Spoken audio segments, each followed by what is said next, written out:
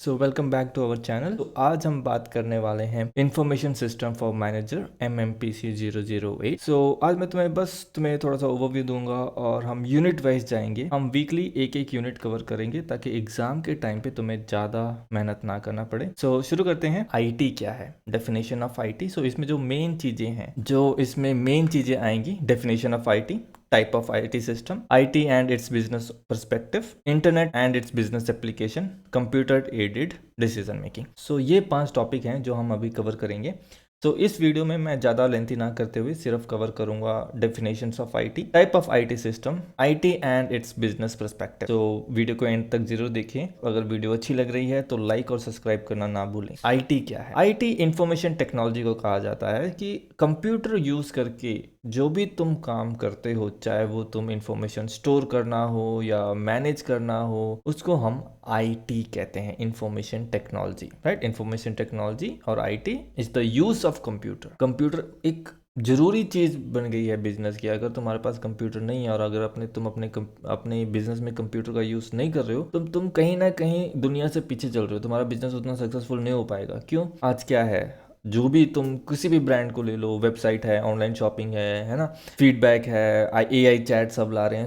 जो बिजनेस है वो कहीं ना कहीं टेक्नोलॉजी से जुड़ा हुआ है ना। हम कंप्यूटर्स का यूज़ कर रहे हैं, चाहे वो डाटा प्रोसेसिंग के लिए हो, डाटा स्टोरेज करने के लिए हो या एनालाइज करने के लिए हो, इन सब को हम IT कहते हैं। क्यों IT क्यों जरूरी है? Speed up work. Right, IT के आने से क्या है, चीज़ें तेज हो गई हैं। राइट, अगर तुम्हें बहुत सारा डाटा एनालाइज करना है, पहले तुम मीन मीडियम मोड खुद हाथों से कैलकुलेट करते थे या प्रॉफिट लॉस खुद निकालना पड़ता था। अब कंप्यूटर आ गया, तुमने डेटा डाला, साथ के साथ तुम्हें प्रॉफिट लॉस मिल गया। राइट, क्या हो गया, चीज़ें फास्ट हो गई, बेटर कम्युनिकेशन हो गया, ईमेल आ गए, जूम मीटिंग्स आ गई। तो तुम्हारी क्या है कि जो कम्युनिकेशन था, जो पहले साल साल लग जाता था या महीने लग जाते थे एक चीज़ को दूसरी जगह पहुंचने में, वो फास्ट हो गई। डाटा स्टोरेज, अब जो स्टोर है उनके पास सालों का डेटा पड़ा हुआ है कि कस्टमर को क्या पसंद है, क्या वो खरीदते हैं, क्या नहीं करते, क्या करते हैं, कितना सामान कब किसने खरीदा, वो सारा डेटा तुम स्टोर कर सकते हो और उन्हें कभी भी यूज़ कर सकते हो। पहले क्या था, इसके लिए तुम्हें पेन पेपर, बहुत सारी जगह,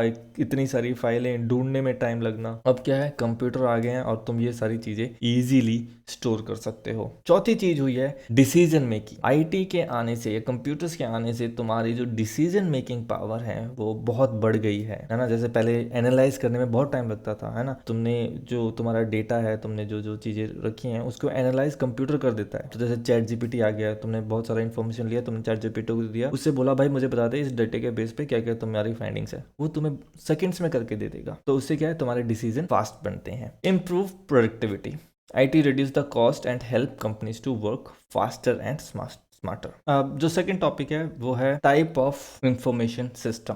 राइट, इंफॉर्मेशन सिस्टम क्या है? इंफॉर्मेशन सिस्टम वो है, एक ऑर्गेनाइज्ड वे है जो डाटा को कलेक्ट करता है, स्टोर करता है और प्रोसेस करता है और डिस्ट्रीब्यूट करता है, ताकि जो मैनेजर हैं या जो मैनेजमेंट है या कोई भी ऑर्गेनाइजेशन है वो उस डाटा को यूज कर सके समय आने पर। उसको बोलते हैं इंफॉर्मेशन सिस्टम। अब 7 टाइप्स ऑफ इंफॉर्मेशन सिस्टम होते हैं। ओके, बात करते हैं transaction processing system. Okay, transactions processing system, TPS, दिन भर के जो ट्रांजेक्शन्स हैं उसको स्टोर करता है। ओके, फॉर एग्जांपल अभी पहले क्या था, अभी जितनी भी सेल होती थी वो लोग बुक में लिखते रहते थे, भाई आज इतने पैसे आए, इतनी चीज़ें बिक गई, या इतनी मैंने सैलरी दे दी, इसको इतने दे दिए, इसको इतने दे दिए। अब ये सब क्या है, कंप्यूटर में होने लग गया। ओके, तो जो हम रिकॉर्ड्स हैं, डेली बेसिस, डेली एक्टिविटी के जो रिकॉर्ड्स हैं, हम जो कंप्यूटर में स्टोर करते हैं, उसको बोलते हैं transaction processing system. Okay, it record basic day to day business transaction. Right, चाहे वो सेल हो या पेरोल हो या शिपमेंट लॉग्स हो, वो उन सबको हम बोलते हैं TPS। ओके, जो दूसरा हमारे पास सिस्टम है वो है decision support system. Decision support system क्या करता है, वो मैनेजर्स को हेल्प करता है या जो भी ऑर्गेनाइजेशन का रिस्पॉन्सिबल पर्सन है उसको हेल्प करता है डिसीजन मेकिंग में। ओके, ये डिसीजन मतलब ये डिसीजन लेता नहीं है, बस हेल्प करता है तुम्हें कि बेटर ऑप्शन चुनने में तुम्हारी मदद करेगा। राइट, कैसे? लेट सपोज तुम्हें स्कूल ट्रिप पे जाना है। ठीक है, तुम एक टीचर हो, तुम प्लान कर रहे हो स्कूल, हमारा स्कूल ट्रिप पे जाएगा।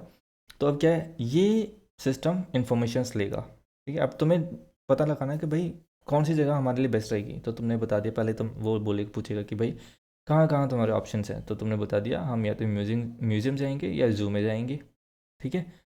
अब वो पूछेगा कि भाई तुम्हारा, वो देखेगा कि बजट कितना है, ठीक है। फिर वो देखेगा वेदर फोरकास्ट देखेगा, राइट। फिर वो इन्फॉर्मेशन लेगा कि दोनों कितना दूर हैं, ओके।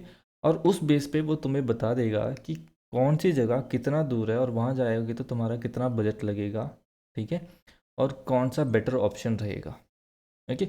तो उस बेस पे तुम अपने डिसीजंस ले सकते हो। तो ऐसे सिस्टम्स को बोलते हैं जो तुम्हें डिसीजन मेकिंग में हेल्प करें, उसको बोलते हैं डिसीजन सपोर्ट सिस्टम। जो तीसरी चीज़ है हमारे पास वो है एग्जीक्यूटिव इंफॉर्मेशन सिस्टम्स, राइट। सो ज़्यादातर ये सीनियर एग्जीक्यूटिव यूज़ करते हैं। फीचर्स क्या है, ट्रेंड एनालाइज करते हैं, विजुअल डैशबोर्ड होता है, and expert reporting, easy to understand and focus on big picture data. Means जैसे कि अभी जो एग्जीक्यूटिव्स हैं वो सेल्स रिपोर्ट हैं, बहुत सारी सेल्स रिपोर्ट हैं, वो एक जगह पे उसको विजुअली ग्राफ या टेबल फॉर्म में डिस्प्ले करते हैं, उसको बोलते हैं हम एग्जीक्यूटिव इंफॉर्मेशन सिस्टम। फिर आता है हमारे पास management information system, provide routine summary of company operation, right. अब इसमें क्या होता है, जो हमारा टीपीएस था जो कि डेली ट्रांजेक्शन्स को रिकॉर्ड करता था, उसका काम सिर्फ रिकॉर्डिंग है भाई, उसने बस रिकॉर्ड करके रख लिया। अब ये MIS क्या करता है, उस इंफॉर्मेशन को प्रोसेस करके उसकी समरी बना के तुम्हें देता है, राइट। कि जैसे तुमने रोज़ रोज़ का सेल लिख लिया, आज 10 सेल, जैसे मंडे को इतनी हुई, ट्यूसडे को इतनी हुई, थर्सडे वेडनेसडे को इतनी हुई। तो क्या है, ये उसकी समरी देगा। लाइक वीकेंड में जैसे इसने बता दिया कि हाँ सबसे ज़्यादा सेल इस दिन हुई थी, ये चीज़ सबसे ज़्यादा बिकी है, और इतना प्रॉफिट आया, इतना लॉस आया है। वो क्या, वो जो सिस्टम काम करता है वो है MIS, ओके। ये जो TPS है उसके रिकॉर्ड को समराइज करके दिखाता है, ओके। इस सिस्टम को हम MIS कहते हैं। दो है, फिर है work flow system, manage and monitor task flow in a process, right. So ये सिस्टम जो है, एक जो काम हो रहा है उसके फ्लो को रिकॉर्ड करते हैं, उसको उसको उसका पता लगाते हैं, एक जो काम हो रहा है उसमें कितनी प्रोग्रेस है। ये सिस्टम, इस सिस्टम से हमें पता लगता है कि जो काम कर रहे हैं उसका कितनी प्रोग्रेस हो चुकी है, ओके। फॉर एग्जांपल तुमने लोन लेना है, तो राइट, तो लोन लेने के 3-4 स्टेप होंगे, राइट। पहले तुम बैंक पे जाओगे, वो फॉर्म भरेगा, राइट। अब वो फॉर्म जो मैनेजर के पास पहुंचेगा, मैनेजर रिकॉर्ड्स चेक करेगा, रिकॉर्ड चेक करके वो फाइल तुम्हारे पास फिर से आएगी, राइट। फिर तुम वो बैंक में दोगे, फिर बैंक पैसे एलोकेट करेगा। तो इतने सारा प्रोसेस है, इसके थ्रू तुम देख सकोगे कि तुम्हारा जो फ्लो है वो कहाँ पे है, ठीक है। जैसे मैनेजर को जैसे ही फाइल मिली वो सिस्टम में डालेगा, मुझे फाइल मिल गई है, तो तुम अपना वर्क फ्लो दे सकते हो कि भाई हाँ फाइल यहाँ पे है, ओके। उसके बाद वो फाइल जैसे उसने रिलीज़ कर दी और वापस बैंक के पास आ गई, तो बैंक बोलेगा कि हाँ हमें मिल गया, ओके। तो तुम ये सिस्टम देख सकते हो, जैसे अमेज़ोन में तुम ऑर्डर देते हो, है ना। तो तुम देख सकते हो कि हाँ क्या हो गया, तुम्हारा पैकेज कहाँ पे है, तो वो दिखाता है कि भाई अभी शिपमेंट हो रही है या अभी पैकिंग हो रही है, राइट, अभी आउट फॉर डिलीवरी है। उस जिसमें तुम्हें वर्क फ्लो का पता चले कि अभी हमारा वर्क का कितना प्रोग्रेस है, उसको कहते हैं work flow system. So the six one is enterprise resource planning. इसका जो काम है, it integrates all business operation into one system, right. So ये जो है, जो तुम्हारे सारे बिजनेस की डिटेल्स हैं वो तुम्हें एक जगह पे दिखाती है, राइट। सो इससे क्या होता है, जैसे अब तुम्हारी 4-5 दुकानें हैं, ठीक है। सो किस दुकान में कितनी इन्वेंट्री है, कोई चीज़ कितनी है, वो तुम एक ही जगह पे देख सकते हो, राइट। इससे क्या है, तुम्हारे जैसे अभी तुम्हारे हर शॉप में 5-5 बॉल है, राइट। कोई प्रोडक्ट है जो हर दुकान में 5-5 है। अब तुम्हें एक दुकान से बल्क में आ जाता है ऑर्डर कि भाई हमें 20 बॉल चाहिए, ठीक है, या 20 वो प्रोडक्ट चाहिए। तो तुम क्या इस सिस्टम में देख सकते हो कि भाई कितनी दुकान में ये प्रोडक्ट कितनी है, ठीक है। तो वो सब तुम एक जगह पे मंगवा सकते हो। प्लस अगर उन सारी दुकान में मिला के भी नहीं है तो तुम अपने, और कितना तुम्हें ऑर्डर करना पड़ेगा, इस सब चीज़ों का तुम अनुमान लगा सकते हो, ठीक है। उसको बोलते हैं एंटरप्राइज रिसोर्स प्लानिंग, ओके। फिर आता है तुम्हारा एक्सपर्ट सिस्टम। एक्सपर्ट सिस्टम कुछ नहीं है, इसमें जो एक एरिया की सारी डिटेल्स होती हैं, ठीक है। तो उसमें तुम कोई भी सवाल पूछोगे वो तुम्हें जवाब देगा, right. So it's like human mimic human expertise, right. अगर जैसे ये जो सिस्टम है, अभी डॉक्टर्स हैं, उनका अपना एक सिस्टम होगा जहाँ पे डॉक्टर अपने एक्सपीरियंस डालते हैं, राइट। सो अगर उन्हें कोई भी अगर डायबिटीज़ से लेकर कोई भी प्रॉब्लम है वो वहाँ लिख देंगे तो वो सारी इन्फॉर्मेशंस आ जाएगी, जैसे विकीपीडिया हो गया, राइट।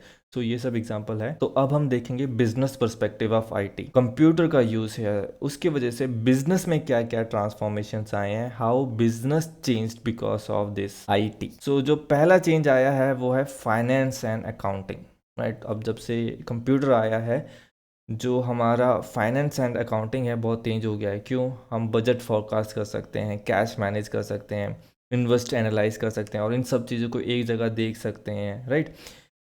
सैलरी प्लानिंग हो गई, सब सारा रिकॉर्ड एक जगह रख लिए, राइट। सो उस वजह से जो हमारा सबसे बड़ा फ़ायदा हुआ है, it help us to budget forecast and financial management. Okay.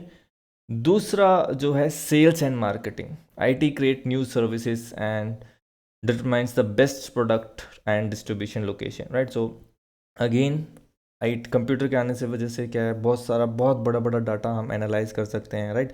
तो हम ये जो हम एनालाइज कर सकते हैं कि किस जगह पे कौन सा प्रोडक्ट ज़्यादा बिका, उस हिसाब से हम प्रोडक्शन कर सकते हैं, उस जगह उस हिसाब से हम डिस्ट्रीब्यूट कर सकते हैं, राइट।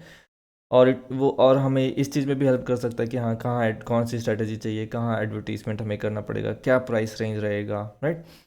ये सब डिसाइड करने में भी हमें आईटी सेक्टर बहुत हेल्प करता है, राइट। मैन्युफैक्चरिंग हो गया, मैन्युफैक्चरिंग में भी हेल्प करता है, it handle customer orders, inventories, right. तो अब जैसे कि बताया कि हम प्लान कर सकते हैं कि कौन सी प्रोडक्ट की कितनी डिमांड है, तो उससे क्या है, हमारा इन्वेंट्री स्टॉक हम अपडेट कर सकते हैं, डिमांड के हिसाब से हम प्रोड्यूस कर सकते हैं, राइट। और आजकल CAD, CM and robot dominating manufacturing आ गए हैं। तुमने सुना होगा अमेजोन आजकल जो अपने इन्वेंट्री स्टोर्स में सारा काम रोबोट से करा रहा है, राइट।